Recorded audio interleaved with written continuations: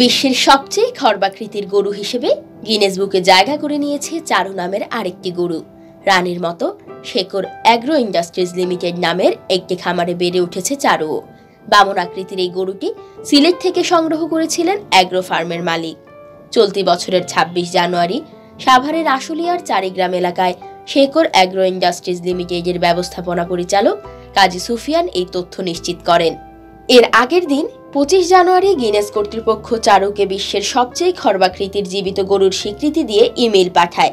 ২০২১ সালের ২৯ সেপ্টেম্বর চারুকে খর্বাকৃতির গরুর স্বীকৃতি দিতে খামারটির পক্ষ থেকে গিনেস কর্তৃপক্ষের কাছে আবেদন জানানো হয়।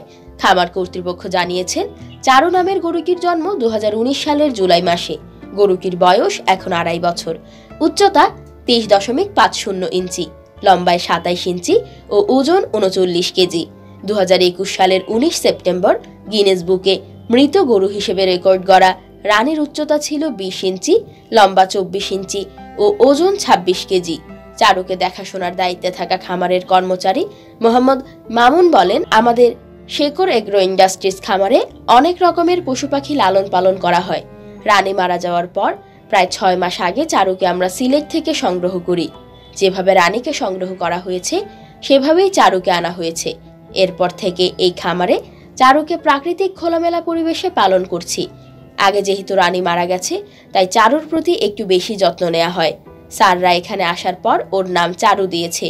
গিনেস কর্তৃপক্ষের নির্দেশনা অনুযায়ী আমরা একাধিকবার চারুর শরীরের গঠনের ছবি ও ভিডিও তাদেরকে পাঠিয়েছি।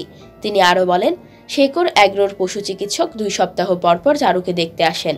তিনি চারুর ওজন, শরীর চকচকে আছে কিনা, গঠন বাড়ছে কিনা এইসব দেখেন।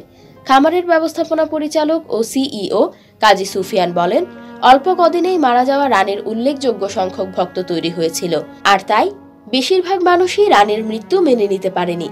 আমরা অনেক টাকায় বিক্রির অফার পেয়েও কেন বিক্রি করিনি সেটা নিয়ে অনেকে বিদ্রূপ করেছেন। কেউ কেউ আমাদের গাফিলতির কথা বলেছেন।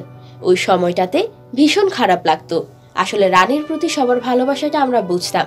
তিনি আরও বলেন, রানীর মৃত্যুর পর Guinness book of world records কর্তৃপক্ষ শোক প্রকাশ করে আমাদের ইমেইল পাঠান।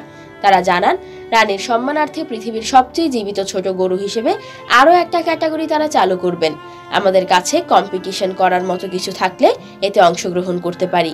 কাজী সুফিয়ান বলেন, নির্ভরশীল কর্মী বাহিনীর সাহায্যে আমাদের সংগ্রহশালায় নতুন চমক যোগ হয় ৪ দাঁতের প্রাপ্তবয়স্ক দেশীয় প্রজাতির বামন গরু চারু, যাকে বর্তমানে পৃথিবীর সবচেয়ে জীবিত খর্বাকৃতির গরু হিসেবে Guinness book of world records কর্তৃপক্ষ স্বীকৃতি দিয়েছে।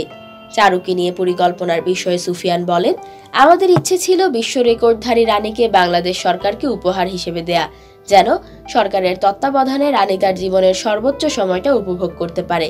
কিন্তু রানী অকালে চলে যাওয়ায় সে সুযোগটা আর আমরা পাইনি। এখন চারু যাতে তার জীবনের সর্বোচ্চ সময়টা উপভোগ করতে পারে, এটা আমাদের ইচ্ছা।